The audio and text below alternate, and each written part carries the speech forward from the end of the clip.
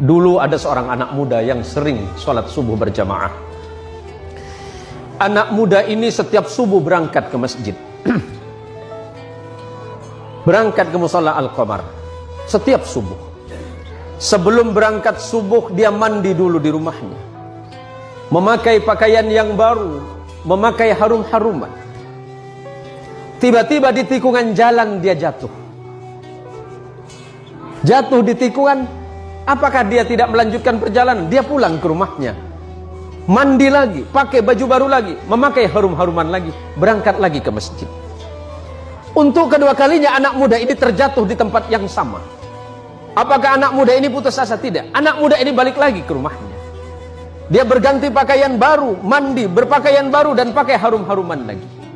Dan ketiga kalinya dia berada di tikungan jalan di tempat dia jatuh semula, dari pertama dan kedua kali, tiba-tiba ada orang tua yang sedang memegang lampu. Orang tua ini bertanya kepada anak muda ini, "Wahai anak muda, kamu mau kemana?" "Saya mau ke masjid, Pak. Saya mau sholat subuh." "Iya, dari tadi saya melihatmu dari jauh, engkau jatuh. Tapi setelah itu engkau pulang lagi, kemudian kembali lagi, jatuh lagi, dan kemudian engkau pulang lagi untuk yang ketiga kalinya. Jadi bagaimana, Pak? Takutnya kamu jatuh, saya antarkan kamu ke masjid." Diantarkan oleh orang tua ini pakai lampu tadi. Sesampainya di depan masjid, sesampainya di depan musalla Al-Qamar, anggap Al-Qamar.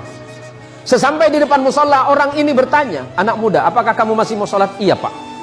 "Apakah Bapak mau sholat dengan saya?" "Tidak."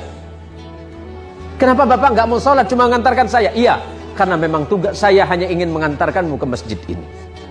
"Bapak kenapa nggak mau sholat?" Orang ini berkata, "Karena aku adalah syaitan." "Kenapa, Pak? Kok bisa?" "Iya. Hei anak muda, kamu tahu tidak yang menjatuhkanmu 1 kali dan 2 kali itu siapa? Itu saya." "Bapak siapa?" "Saya setan." "Tapi kenapa kalau memang Bapak setan masih mengantarkan saya ke masjid ini?"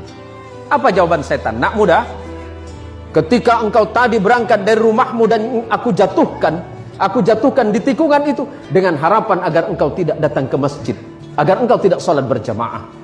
Tapi ketika engkau pulang ke rumahmu, pada saat itu Allah mengampuni dosa kedua orang tuamu. Orang tuamu yang sedang berada di alam kubur, Allah ampunkan dosanya karena sebab engkau yang datang ke masjid. Yang kedua kalinya, ketika aku jatuhkan dengan harapan agar engkau tidak ke masjid, pada saat itu engkau kembali lagi, dan pada saat kembali itulah Allah mengampuni tetanggamu yang sedang tertidur pulas dalam keadaan tidak sholat. Tapi kenapa Bapak seton?" Anggap Bapak seton. Ada namanya mirip, Pak? "Ya kenapa Bapak mengantarkan saya ke masjid? Kalau seandainya aku menjatuhkanmu ketiga kalinya dan tidak mengantarkanmu ke masjid, maka niscaya orang satu kampungmu itu diampuni dosanya oleh Allah karena sebab perbuatanmu." Masya Allah, anak muda yang datang ke masjid, anak muda yang datang ke musalla, apalagi kemudian datang ke musalla sebelum waktunya sholat, dia memperdengarkan adzannya, orang lain kemudian terbangun. Pada saat itulah Allah merasa sedang jatuh cinta kepadamu, hai anak muda. Kalau Allah sedang jatuh cinta kepadamu, anak muda, apapun yang kau minta, Allah merasa malu jika tidak mengabulkannya.